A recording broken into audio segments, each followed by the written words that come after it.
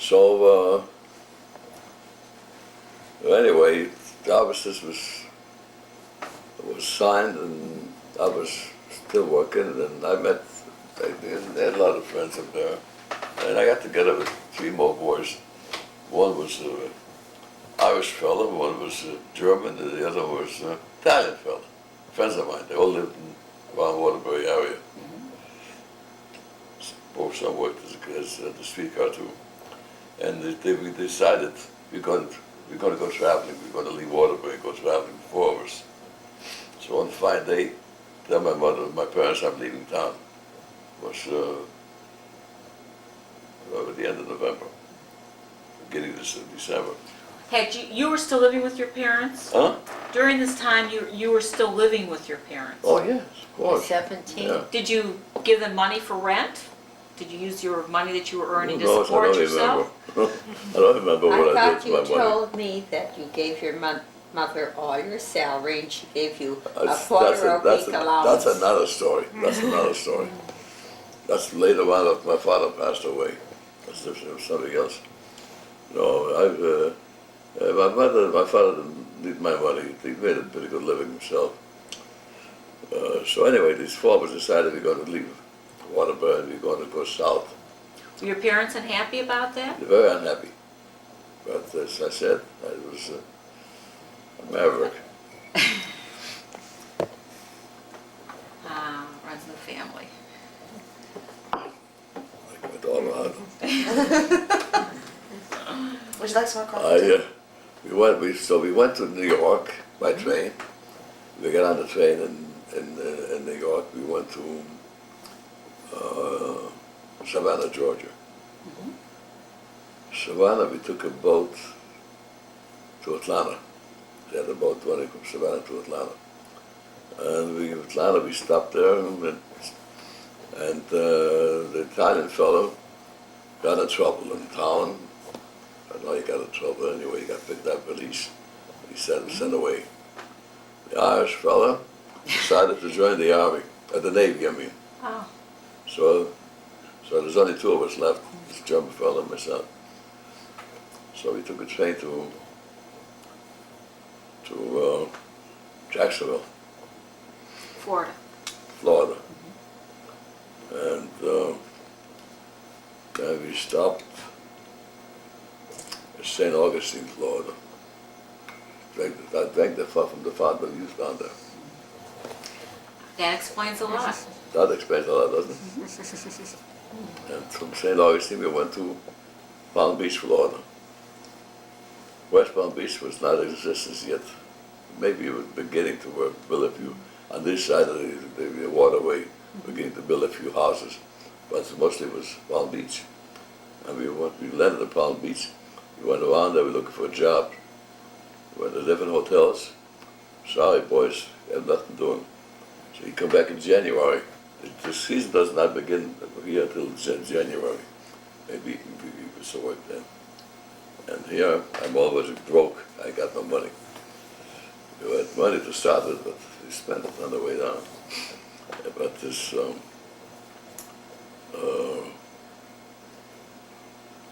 of mine, this fellow, he bought me a ticket to Miami. Who's that? The German friend? German fellow, he paid for both of us. And we went to Miami. Miami was a small one-horse town. With Biscayne Boulevard is today, there was this small frame homes all along there, with a streetcar running. We stopped at a certain place where we knew we were going to find a couple of boys who came from Connecticut too, friends of these other guys. They were staying there, and they gave them their address.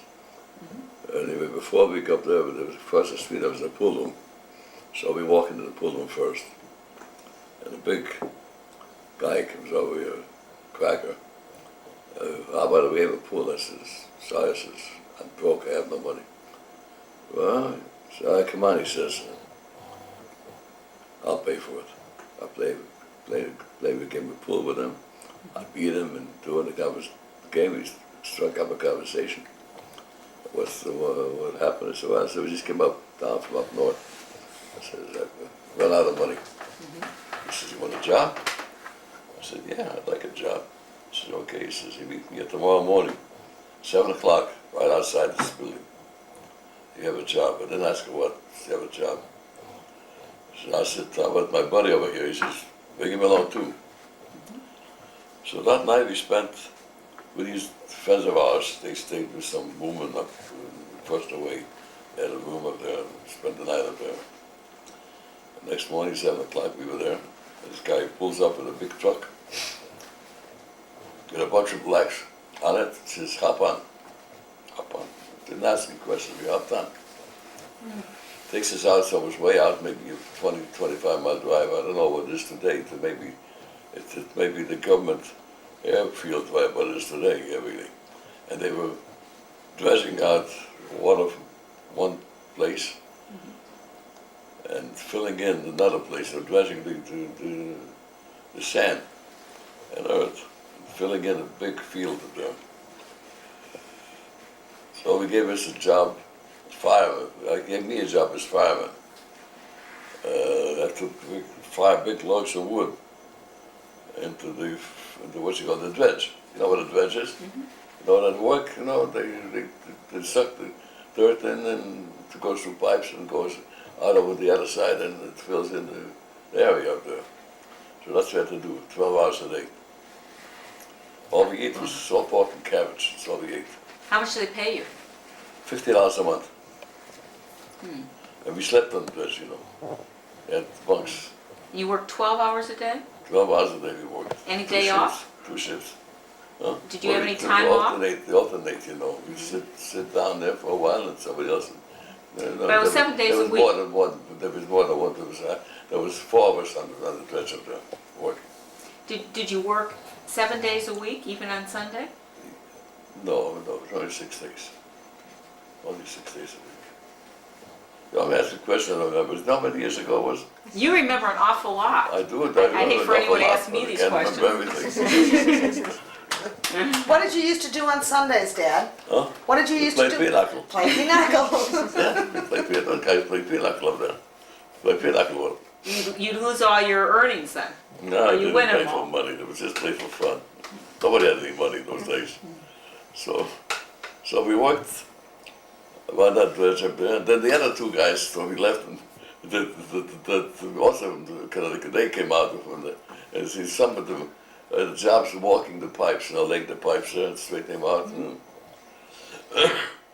So anyway, we worked there about a month.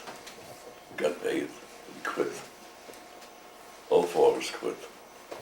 You were wealthy. We worked money already. And we came back to Miami, and we stayed in the motel, or room, I don't remember which. And we started looking for jobs. Can't find a job. After a while, the money's beginning to wear out. We get rid of our money already. Can't get a job, so we finally decided. Two of us decided that we were going down to Key West, and we're going to see if we get some working on board ship to go to Galveston, Texas. We wanted to just feel like traveling, that's all.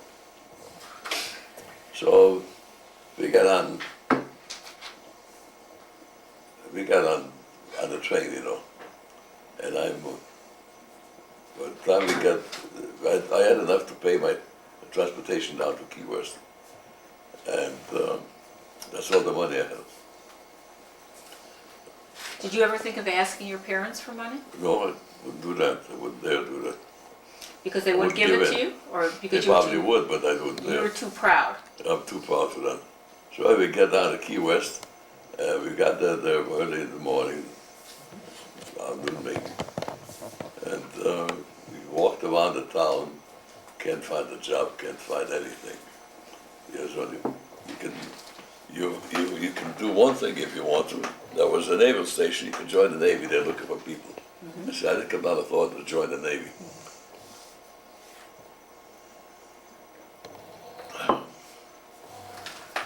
So we hung around there, and then in the evening around 5:30, 6 o'clock, we were hanging around the railroad station. They were just making up a train going back to Miami. And the fellas working around the station there, they were also Northerners. Told us, you can't get a job here. You're out of luck. There's no work. It's just the train being made up, hop on and go back to Miami. So that's what we did. We hopped on the back of the engine. I had no money. We hopped on the back of the engine, fella and myself, and we went back to Miami, all over the Keys. We just barely got on the outskirts, almost on the outskirts of Miami. They stopped for water or something, and the conductor caught us. The trainman caught us. And he said, "What are you doing up there?" Well, so I says, "Well, I'll give you something." I started looking for money in my pocket. I had no money. Meantime, the train started moving, and we had to hop on the back so he let us go. We got out of Miami, the outskirts, and the railroad yards, and we hopped off the train. And then we started looking for a job again. We stayed with some people that we met. We slept some nights on the board of a yacht. Looked to somebody, we knew the fellow that was watching me, you know. Finally, we got a job as busboys at the New Plaza Hotel. You never thought about just going home? No, let's go home. You know, I couldn't give up. Feel like I got licked, you know. So we got got jobs as busboys in this New Plaza Hotel. It was on Biscayne Bay, yes, and not in Miami Beach. Miami Beach had 2 hotels on there, and 1 causeway going up there, that's all. And but the main drag was Biscayne Boulevard. And the Royal Porciano Hotel was the show place at the time. I don't know what it is today. And we worked 3 meals a day: breakfast, lunch, and dinner. And after dinner, go through a dinner at 9 o'clock. You have to have a steel pier going out. We used to have dancing up there. We used to go dancing every night. Now, were you dancing with just as a guest would dance? I mean, they allowed you to. I mean, a lot of waitresses. Okay, so you. We had all Just had a waitresses good time. in the hotel where I worked. There was all waitresses except there was 4 of us busboys. Don't say that.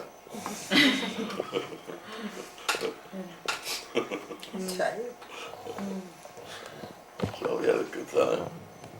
We had a lot of nice girls, and on the beach, we used to go on the beach, you know, in the afternoon. We used to meet a lot of nice people. They didn't know you were a busboy. I was a pretty fair-looking, nice-looking guy, you know. Gorgeous. And I met some nice girls. They stayed at the Royal Porciano. They invited me up there, but I couldn't go. They invited me up to Western, but they couldn't go. Now, did you? Oh, anyway, huh? I was going to ask if they paid you enough to. They give you room and Well, board they and. go board and money, a yeah. little They money paid. They paid pretty well. They get tips too, you know. Busboys get tips from the waitresses to give you, you know. And Share it with you. They share the tips. Because you clean up the tables for them. And they had the famous movie actress, Tita Barra. Ever hear of Tita Barra? She stayed at a hotel. She was at my table. Who And the invited manager you told there? me that I was a pretty good-looking guy. I should go to Hollywood. Maybe I'll get a job there in the movies. Our whole shame. childhood could have been different. Uh, Did you play the violin during this time? no, didn't take my violin with me. Didn't take my violin with me, no. Anyway, the season was over in the spring. It was a couple of weeks before Passover. I came home. I had enough money already, saved up. Did your German friend come with you? Yeah, he went back to Waterbury also. And I came back to Waterbury for Passover, stayed home, not left for Passover. Then I said goodbye to my parents again. I'm going to Iowa. Why Iowa? My uncle Jack Snyder lived there. My grandpa lived in Iowa City. So I thought I'd go and visit him. Had But you you- had any contact with them at all? Had you been writing I letters? don't remember whether I had contact with him or not, but that was my decision. I decided I'd go. So I left for Iowa. How old were you now? Huh? 21, 20, 19? Oh, that was in 1919. 19. Yeah, 18, when the war was over in December, and the spring was over, became 19 years old. 1919, I was 19. And that was the year of Dempsey fought Willard. Dempsey Willard fight 1919. So I you went came to to Iowa. Waterbury, to Iowa City? I was Davenport. Jack lived in Davenport. And Jack got me a job as a railroad ticket agent. No ticket agent, in a railroad station in Davenport. Also had those interurban lines going from Davenport to Muscatine, Iowa, and another town the other side. So I got a job as ticket agent. And I was having a good time. I met some nice fellas and a lot of nice girls. Just go dancing every night. And, you know, I enjoyed it. I never used to hang around with Jack Snyder because he wouldn't take me anyplace. He has a buddy, a dentist friend of his. They had a car. They had a Studebaker, an old Studebaker touring car. They used to travel all over. But they had too many girls that didn't want me around. You're only a year younger, right? Yeah, I was younger too. 2 years. 2 years younger? Yeah. And but I had my own friends. I didn't need him. Anyway, I worked. I worked for the. As I said, I worked Railroad? the railroad there. And then What was I- your dad, I- what was your grandfather doing? My grandfather was in Iowa City. He didn't live in Davenport. He lived in Iowa City, Iowa. Oh, that time I had my violin with me. When I went west, I brought my violin with me. And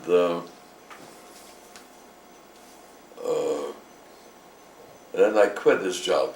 I got tired of it or something. I don't know what happened. But anyway. Steady Jack, employee. so Jack, I got a job at the telephone company. I was supposed to give me a job as a clerk in their supply department office. But when the linemen come in the morning, they to pick up their supplies. I had about their supplies. They requisitioned all the supplies and I had them. And but they told me that, but they didn't tell me when they hired me that I have to bring the trucks over. There are 4 trucks. I have to go over and get the trucks from the garage, bring them over to and I never drove a car in my life. So anyway, I went over to the garage. The garageman showed me how to start it and told me what to do. It was, Ford, Model 4 T's, We pushed down it. You crank it up? Yeah, so it showed me how, and I got in the car, and he told me what to use for accelerator on the handle. Anyway, I took the first little truck, the small truck, and drove into the building. The building was like this, and I drove into the center here. I didn't know how to stop the damn thing. You didn't tell you where the brake was? I took up the gas and rolled into the wall and it stopped. The second one was a little bit easier. The third one I was almost an experienced driver already. No. Anyway, I worked there for You didn't have a driver's license. I never know. No one had, no No, one asked. nobody, Worried about nobody that? wanted about driver's license. Anyway, I don't know how long I worked there. I worked there for a while, and Jack decided to go back to Iowa City, and I went to Iowa City with him. And we both got jobs with the same. Got jobs with the Interurban Railroad, which runs from Iowa City to Cedar Rapids. I got a job working nights from 12 midnight until late in the morning. Jack started got a job working days and a ticket officer at the station, another station. I got a job with a small town called West Liberty. And I used to go to work around, take the railroad, of course, to the station, and I used to get there around 11:30, and at about 1 o'clock in the morning, I had tours. This station at the power, it was a power station for the railroad, and everything stopped going at 1 o'clock, and I had to shut off all the electrical engines, at 1 o'clock. And the morning at 6 o'clock, I had to start them all over again. So they had some kind of a gimmick there that showed me how to do it. And anyway, What'd you do between 1 o'clock and 6 o'clock in the from morning? 1 to 6 o'clock, I used to sit around the station. The you farmers around the neighborhood used to come there at night and used to play poker all night, Ah. and they used to keep me company. Did I you was read? watching them. I didn't play with them. Did you read at night? Was that some time that you? I don't remember really what I read or what I did, but I know I could sleep if I want to. But these people used to come in into the railroad station and play cards most of the night.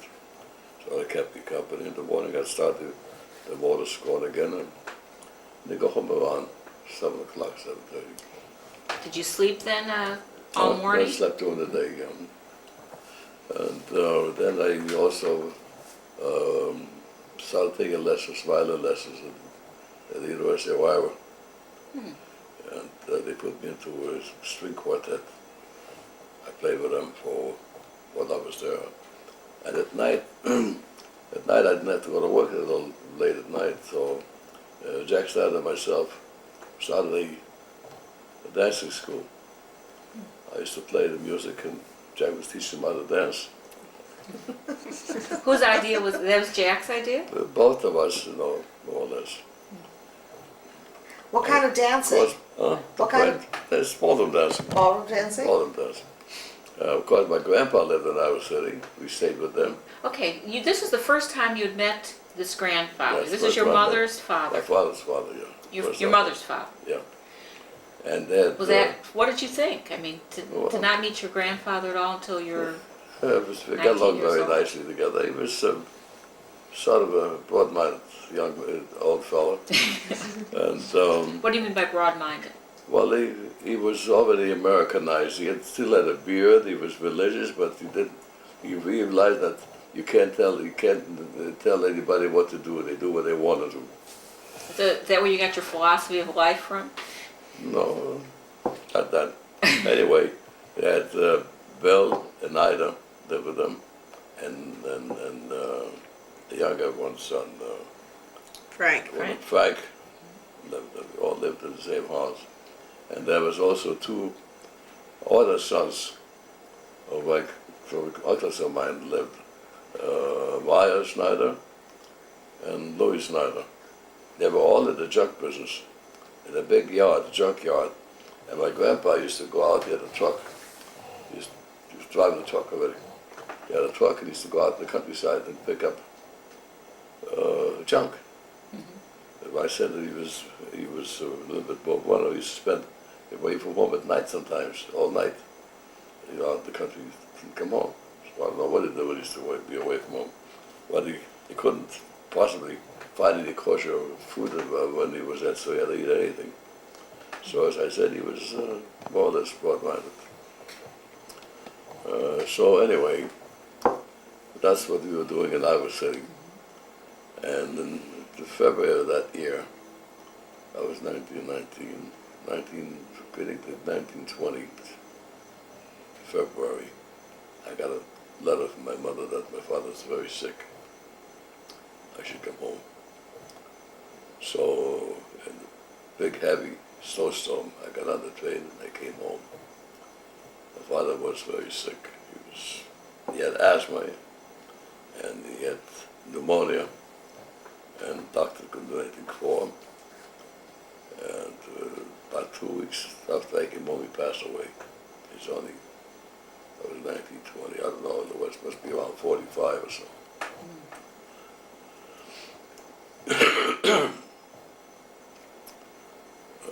My brother Lou was only about 6 months old.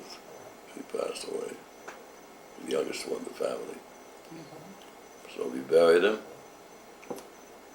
And Didn't you once tell me a story, Dad, about how he died? he died of pneumonia. I know about what, but there Well, was more to it. Years later, I met his doctor in Waterbury. He said to me, Jack, he says, if I had your father today, he would have never died on me. He says, there was no modern Penicillin? penicillin. They had no penicillin in those days. So he says he would be still, he would never, they never would have died on me. Anyway, he died. That was, mother was left with 6 of us. I was the oldest. And she found herself a little store, grocery store. Opened up a little grocery store. And she's, trying to make a living for all of us. Me, what did I do? I helped in the store. And now I got a job. I got a job with steel company in Waterbury. And I used to work in their factory there. Used to manufacture steel rods. Used to pull the steel rods, hot rods out of the burning oven, used to work a half hour, rest a half hour, so hot in there. Then I got a job working for a Scoville Manufacturing Company. In the meantime, my grandfather and the girls came to Waterbury also. Who are the girls? Well, Faye, Faye and Belle and Faye, Ida. Ida, Belle, and Frank. They all came to live to Waterbury. was that because of your mother's situation? I don't know what, but anyway, they came to Waterbury.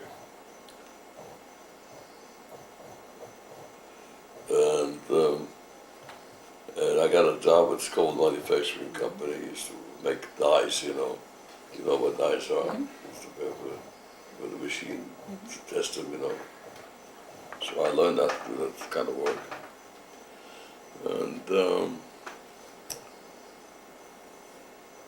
And then about a year later, I had a friend of mine, his name is Morris Clayman, very good friend of mine. He was a student, college student. He was going to dental school. It was in the spring, 1921. He's home from school. He said to me, Jack, he says, let's go in business together. I said, what do you want? What can I do? He said, I know of a place in Milford, Connecticut. It's on the beach. It's a beach, summer resort. He said, we can get a hot dog stand up there. You and I go to work up there. I said, that's not a bad idea. So I told Mother. Of course, I said, as usual, she didn't like it. But what's she going to do? She had a grocery store. And I was bumming around. I wasn't helping her too much anyway. I had some friends down there. One fella working in the Schulte cigar store downtown in Waterbury, and used to close the store at night. And we used to go down to the basement. A bunch of us used to play poker all night. And I used to go home and sleep all day. So she couldn't do much good with me. So we went to Milford, Connecticut. This very young fella, myself. We opened up a hot dog stand. And we had doing no business, hardly any business at all. We eat our own hot dogs. Then in around July, August, this friend of mine, my partner, he says, Jack, I have an idea. I have a cousin of mine lives in New York. He's just graduated high school. He's going to Harvard next year. He's going to be a freshman at Harvard. Why, sure, let's get him out of here. Maybe make some fresh money. I said, you think you can? He said, yeah, I think I can. So I got in touch with this fellow who was Mitchell Shipman. You heard Mitchell Shipman? And sure enough, Mitchell Shipman came out and he bought a big box of shredded wheat. Nabisco just came out of Shadow Wheat the first year. It was all samples that his father was in the restaurant business. His parents were in the restaurant business on West Street in New York. If you know where West Street is in New York, you don't know. It's right like the waterfront, you know. I do. They were catering to dock workers, you know. So he came out. We got along very well, and we ate all the You ate a lot of shredded wheat. We had all the shredded wheat. We still didn't do any business. Finally, we decided we're going to close up the joint. So Morris Clayman said to me, "What are you going to do?" I said, "I don't know what I'm going to do. I don't want to go back to Waterbury." And Morris and Shepard said to me, his name was Sheckman then, Mitchell Shepard. Mike, they called him in those days. He changed his name to Mitchell. Why don't you come to New York with me? I said, sure. Yeah, what do you got to lose? You're willing to go anywhere. So I was going to, I was always ready to go. So I go to New York with him, to his parents. They had lived there at the restaurant downstairs. They had living quarters upstairs. And the roof for me too. They put me up like I was their own son. And I helped them out during meal times. And then I started working for his father. His father was the window cleaning business, office, the window cleaning business. Besides the restaurant, he's also put leg in on the side. So he had a lot of offices that he was cleaning. So he gave me a job working with him. I used to go with him 4 o'clock in the morning. He used to go clean offices, and he'd bring a couple of bottles of booze to some of his customers there. And then at 9 o'clock in the morning, we used to clean windows. Wow, there was one who stuck letters with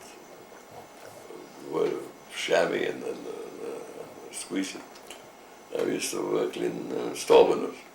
So I worked for him for a while. We used to clean windows on the 30th floor, walk outside, clean windows. And